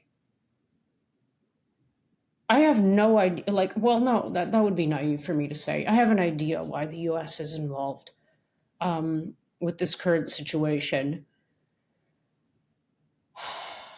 My feeling now, I'm going back to what you were saying about Trump. I'm trying to remember what I was going to say about that. But like, I have a feeling now that he, it's just a feeling that maybe he might be feeling himself that, how do I say it diplomatically? He might have bitten off more than he can chew in terms of Iran. I mean, again, I've never been to Iran. I don't even really have a close Iranian friend. The most I know about what's going on there from these speaking groups on Twitter that I get invited to sometimes that have some like intel people in it. And I mean, the only thing I really know, and I don't even know if this is true, is that the internet is down there, so that communication is down as well.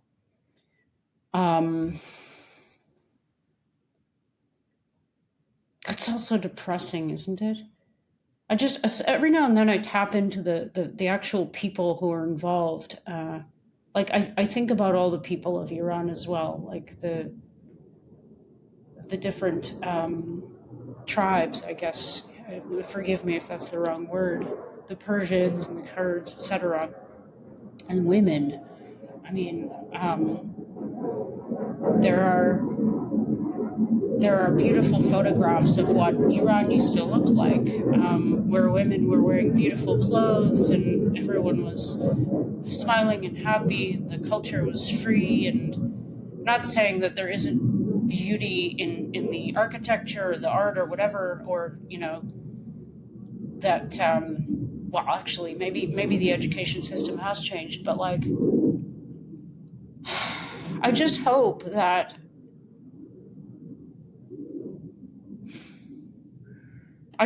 we can overcome evil. I don't know how else to say it. Like, I hope that the good people of all the places on earth can set aside their base fighting. I don't know what to call it, and try to see, if you still can. If you're evil, I don't think you can. Try to see eye to eye with whomever you're sitting in front of. Man, woman, child, whatever, wherever you're from, doesn't matter. You're describing what the West is when it functions. Yeah, when it functions. Yeah, and I will just say, I am reluctant to admit that in the end it does come down to a battle between us and them. But I think the us and them Who's are us and them? misunderstood. And the us is every person on earth who understands that the right way to do this is to put aside ancient rivalries, skin colors, religious texts, and participate in preserving and enhancing the earth as much as we can, given our opportunities. And them should be an empty set. It should be all of the people who oppose that plan, and hopefully there are none, but there aren't going to be none. But my basic feeling is I am ready to make common cause with anybody who is on board with the idea that we do know a better way to be, that we see it sometimes, it fails other times, but what we should be doing is trying to figure out how to make it fail less, succeed more, and work better. Right? It's that simple. Yeah. The West is a prototype of something, and it is a prototype that is so superior to a world in which you have to worry about who's coming after you because of, the medallion you wear around your neck, that everybody wants it if they've participated in it. Yeah. Right? And again, it does involve cleaning up the problems. There's, the so-called free market does a lot of unnecessary harm, and it does it to innocent people. So it's not like the West is some shining example of how to, respect people. It doesn't work that way. It degrades a lot of people. But is it the better system? Yes. And frankly, is it the only system that allows humanity to have an indefinitely long future? It is. But we can't have half the world involved in lineage against lineage violence and the other half struggling to put it aside. It's unstable. And it brings us right back to where we are now in the Middle East. And I don't know. I just wish people would take it as a wake-up call. Yeah. Sometimes I wonder, I'm sorry, it's just my personality. I have to bring in some levity and joke. You know how they're talking about releasing like UFO stuff? Yes. So like, I'm unimpressed. yeah. So, but like, it occurs to me sometimes that maybe I'm the like uber optimist here, and I'm half joking, but only half. That maybe this is some kind of plan to unify the human species. You know what I mean? I know what you mean.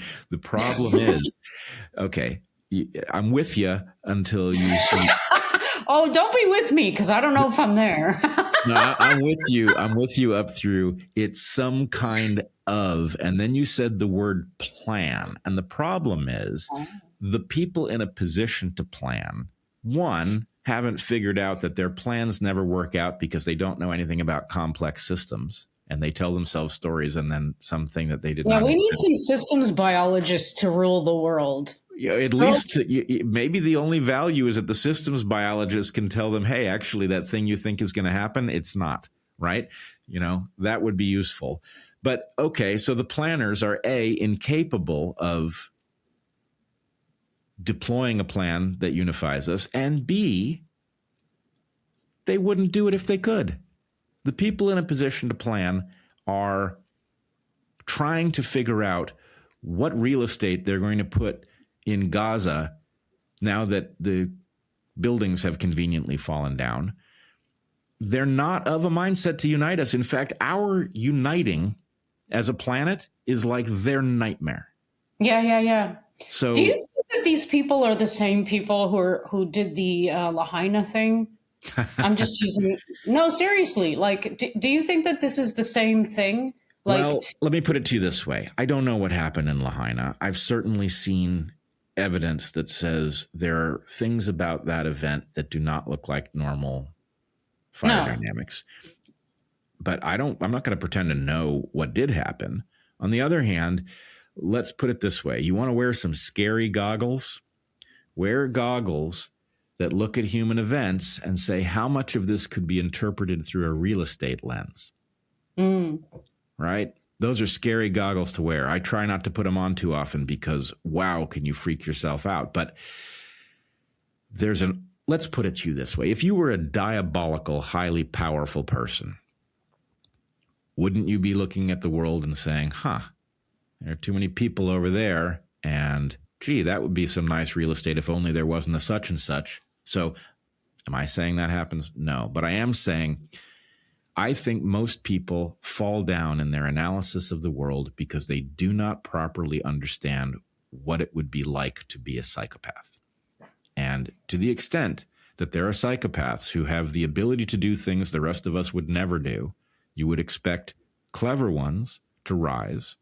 And once in a position to do things that normal folks don't even contemplate, the question is exactly what force do you think it is that's holding them back? So anyway, I don't know what happened in Lahaina. I don't know, frankly, why the events in the Middle East are unfolding the way they are, but you could imagine it's about power and limited resources, stupid. And somebody is looking at the map as if it was a chessboard with no more concern for the people on it. Yeah, no doubt at all in my mind. Like, I do this as a thought exercise for myself sometimes. I'm like, it's very hard for me, though, because I have no interest in money. That's not the thing that I place value on. But like I don't even think most people understand the concept of $1 billion. And there are billionaires, and there are more billionaires, like, since COVID.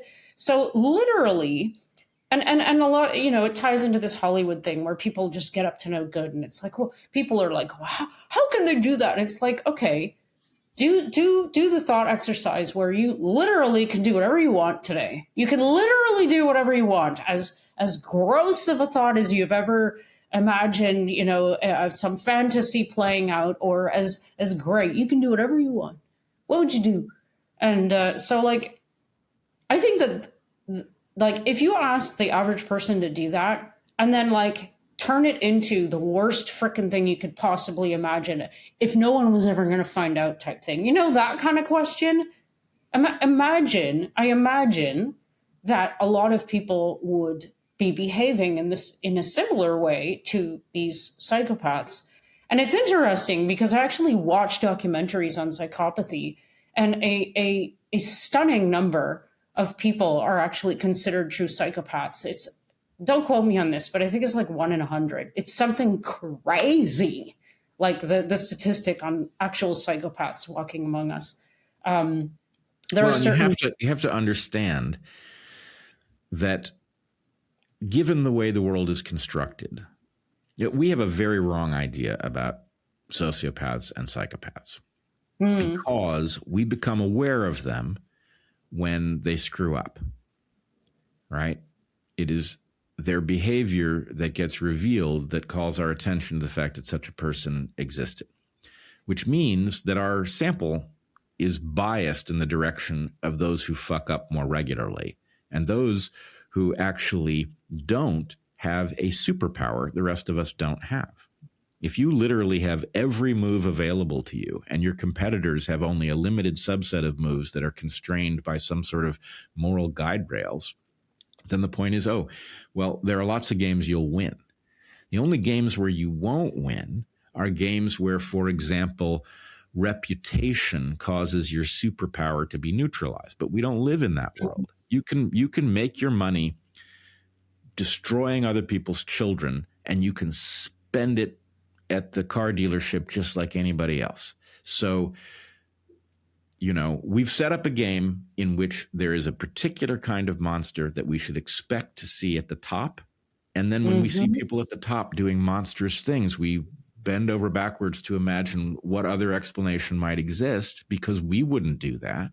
But the only thing that's hard about the puzzle is imagining what it would be like to be a truly amoral human being.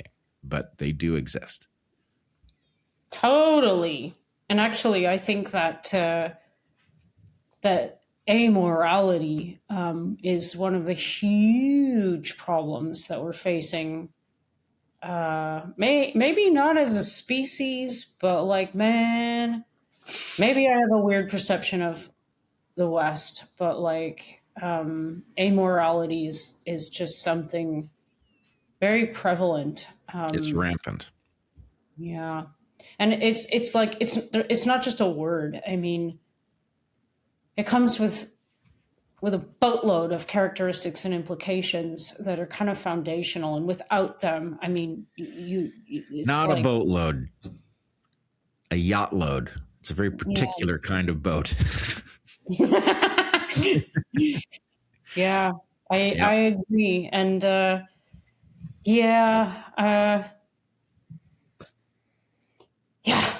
empathy. True empathy, though, I mean, like being able to put yourself in somebody else's shoes on the subject matter of trying to imagine what it's like to be a billionaire psychopath, and like the planet is your playground and beyond. I might be going overboard by saying this, but I can't personally imagine ever being a human being that could be that type of that could ever be power hungry. I'll put it that way, because I don't have an appetite for that kind of thing. I mean, absolute power corrupts absolutely. It's true.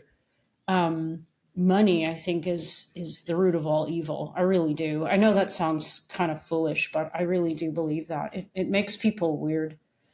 It changes the game theory, to be sure. Well, it's like you said, it allows you to just not only have the game and have the pieces, but you're in control of all the moves. So it's kind of boring. Like I actually think about that sometimes too. I'm like, maybe they just act like assholes because they're bored. Let's go like ruin these people's lives today because I'm bored. You know what I mean? I think this is a known pattern actually from psychopaths, is that they Really? do get bored and they're thrill seeking. That's I what was I've kind of read. joking. Well, your joke was a little on the nose, I think. We could obviously get deep in the weeds here if we start to explore the complicated relationship between Jews and the idea of an afterlife. However, I think there is something to the idea. Jews have a much more remote relationship to an afterlife than, for example, Christians. And I think there is something valuable in the idea that what we are supposed to be doing is working to make this place better. And this comes back to the us and them thing that we were talking about before. I think at some level we have to courageously face what seem like dire prospects in front of us and do everything in our power to beat the odds. And I would say, one COVID dissident to another, we've seen this work. Mm-hmm. We know that we can punch above our weight class. And what it takes is weirdly a kind of, well, for me, it's not a literal faith, but it's an as if faith. If you have faith that good is supposed to win out, then the idea is, well, in what way, this looks like David and Goliath. So the point is, David and Goliath, it doesn't look too good for David, but he wins. So what should we be doing to beat the odds? Where's the slingshot? That's the question. And anyway, and I think, if we do recognize it as, hey, who's on our team? Well, in principle, it should be every single person who respects the dignity of others. Then that's a pretty big team. Yeah, respects life. Yeah. I think that I know this might sound disjointed, but somewhere it connects in my brain. You might have to draw a map outside on a piece of paper, but if I sometimes I think like if I had to list like 3 things that I think human beings are absolutely uniquely, significantly beautiful because of. I always think to architecture, first of all, like beautiful buildings. I think about books, like actual books with like words from different languages written on pages and bound. And I think about music and musical instruments. And within all of these cultures, and even if you want to just talk about, the two that are quarreling right now, I don't want to oversimplify anything, forgive me, but we all have. Now, let me back that up.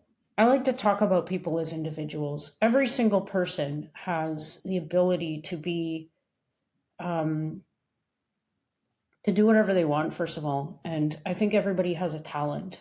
You need to do some work and explore, listen to your heart to figure out what that is. But we've demonstrated as a species of individuals that we have these incredible abilities. And what's even more beautiful is that when we come together, like say an orchestra, it's more than sync. It's like something even more beautiful comes out as a result that could never happen with just the single individual, as brilliantly talented one musician might be in the music example.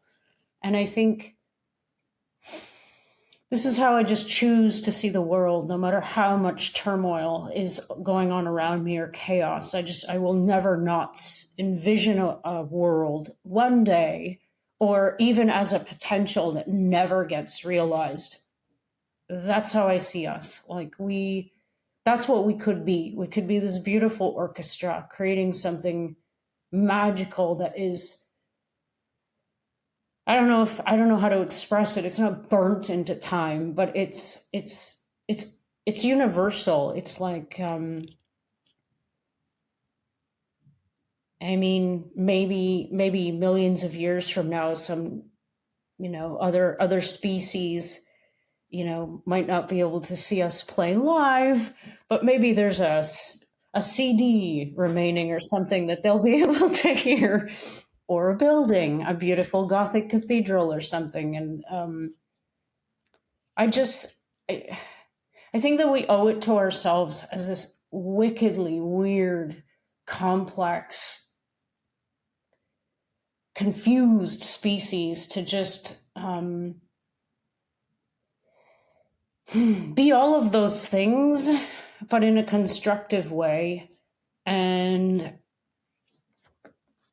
I don't know if any of the psychopaths are listening to this, but like, if you're not actually a psychopath and you just kind of turn to the dark side, like maybe what I'm saying can help you believe that there's a reason to go to the light, because there are people like me and Bret who we don't just want to live a good life in light and love, but it's just better. It leads somewhere better. I mean, fine if you want to go play in a dark sandbox with your money, but like, I don't. That's it.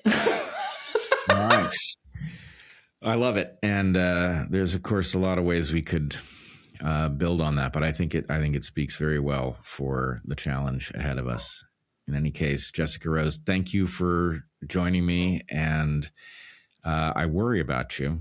And anyway, please stay safe and surf the spots that stuff isn't falling on, because it would just be a terrible. I mean, I guess maybe it's the best way to go out, but still, I'd rather you hang out and continue to surf for. Well, that's the thing, right? Like that's the philosophy. Like I don't want to sound morbid, but like the inevitability of life is death, and we're all gonna succumb to it, contrary to what some people might think. But anyway, read Yanni Kellick's new book. But at least I'll go doing what I love. It has you gotta. It's surf or die. Those are alternatives. Don't surf and die. All right. So anyway. All right. I promise I'll try. Good. All right. And thanks to the universe for not interrupting us with missile attacks. Thanks to the universe for making any of this possible. Yeah, really? I mean, even just getting the atoms to work is a kind of a fancy trick. Thank you, atoms, for coming together and making this weird, surreal experience happen. All right. Well, a great joy talking to you. Stay safe, and to everyone else, thanks for joining us.